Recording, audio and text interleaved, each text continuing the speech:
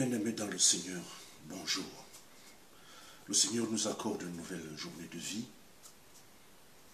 Bénissons-le.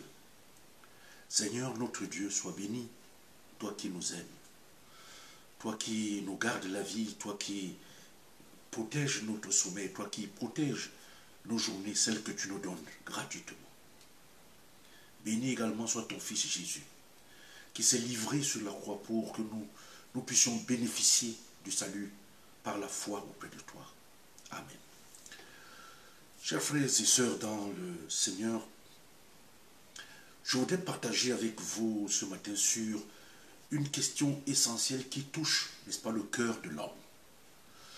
Nous sommes dans un monde où soit on a un cœur sensible, soit on a un cœur insensible.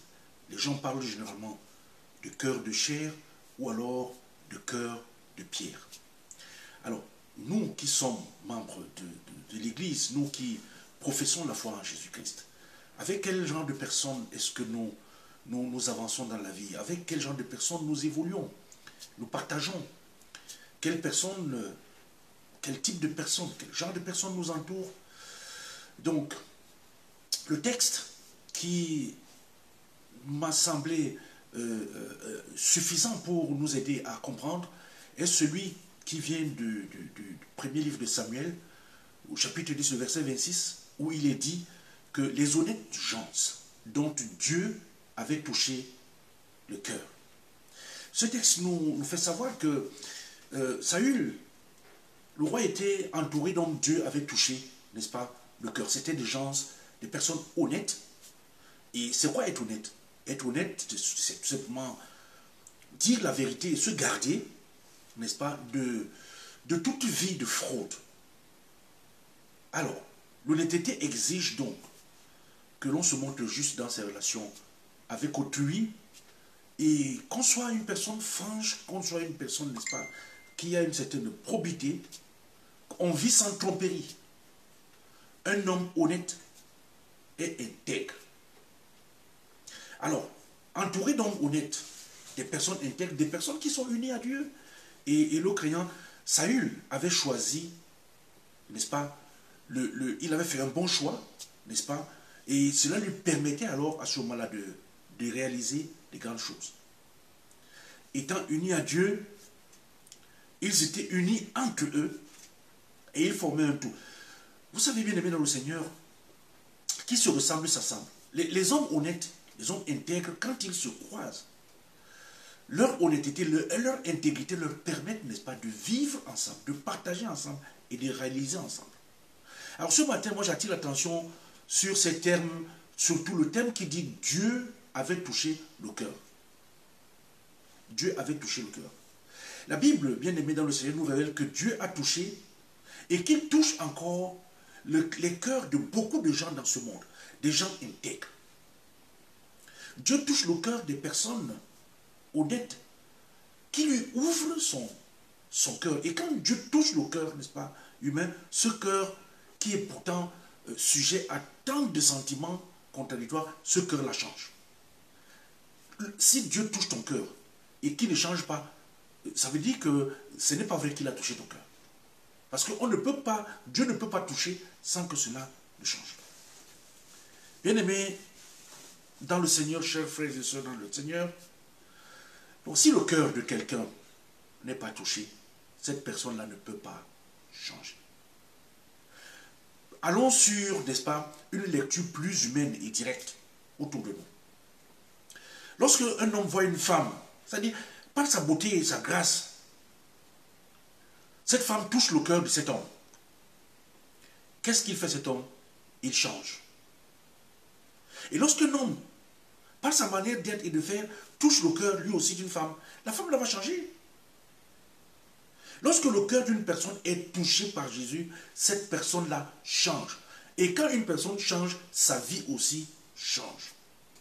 Donc si une personne croise le chemin de Jésus et qu'il ne change pas, c'est que son cœur n'a pas été touché, c'est que son cœur reste faible. Parce que, bien aimé dans le Seigneur, il faut savoir que certains cœurs, chez les humains, sont des cœurs de pierre. Quoi que l'on fasse, ça ne change pas. Il ne change pas. Et comme son cœur ne change pas, la personne ne change pas. voyons autour de nous le comportement des uns et des autres. On voit très bien des personnes qui ont évolué dans leur manière d'être et de faire, parce qu'ils ont croisé Jésus. Dans leur manière d'être et de faire, parce qu'ils ont croisé un homme qui a changé sa vie, une femme. On voit cette femme changer, complètement heureuse, épanouie, ou alors un homme heureux, épanoui, parce qu'il a croisé une femme, n'est-ce pas, qui a touché son cœur et qui a changé sa vie. Bien-aimé le Seigneur, les cœurs des êtres humains sont donc divers et variés.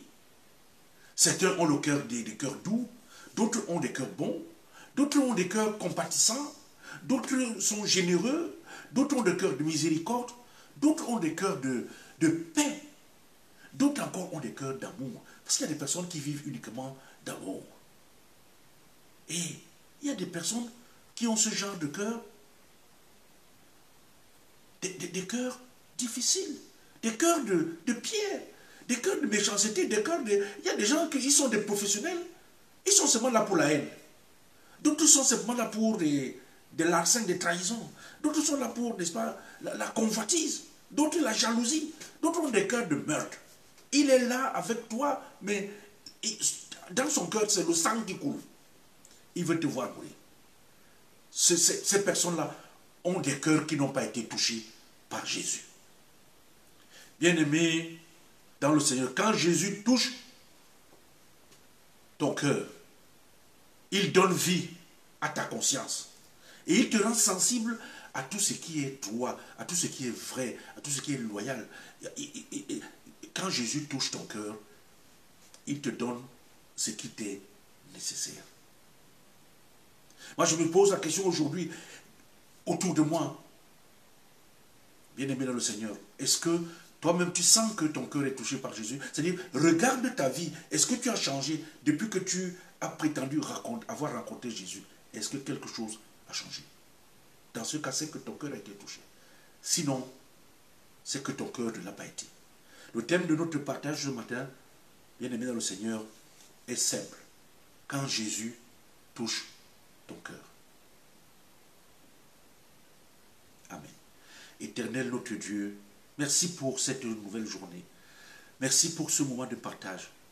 Merci de nous rassurer que les changements qui sont opérés dans notre vie ne sont pas des changements qui dépendent de nous, mais du geste de ton Fils. Lorsqu'il touche notre cœur, ouvre donc les cœurs de tous ceux qui croisent son chemin et permet que ces cœurs-là acceptent d'être touchés par Jésus pour que les uns et les autres vivent le changement. Nous t'avons prié au nom de Jésus. Amen.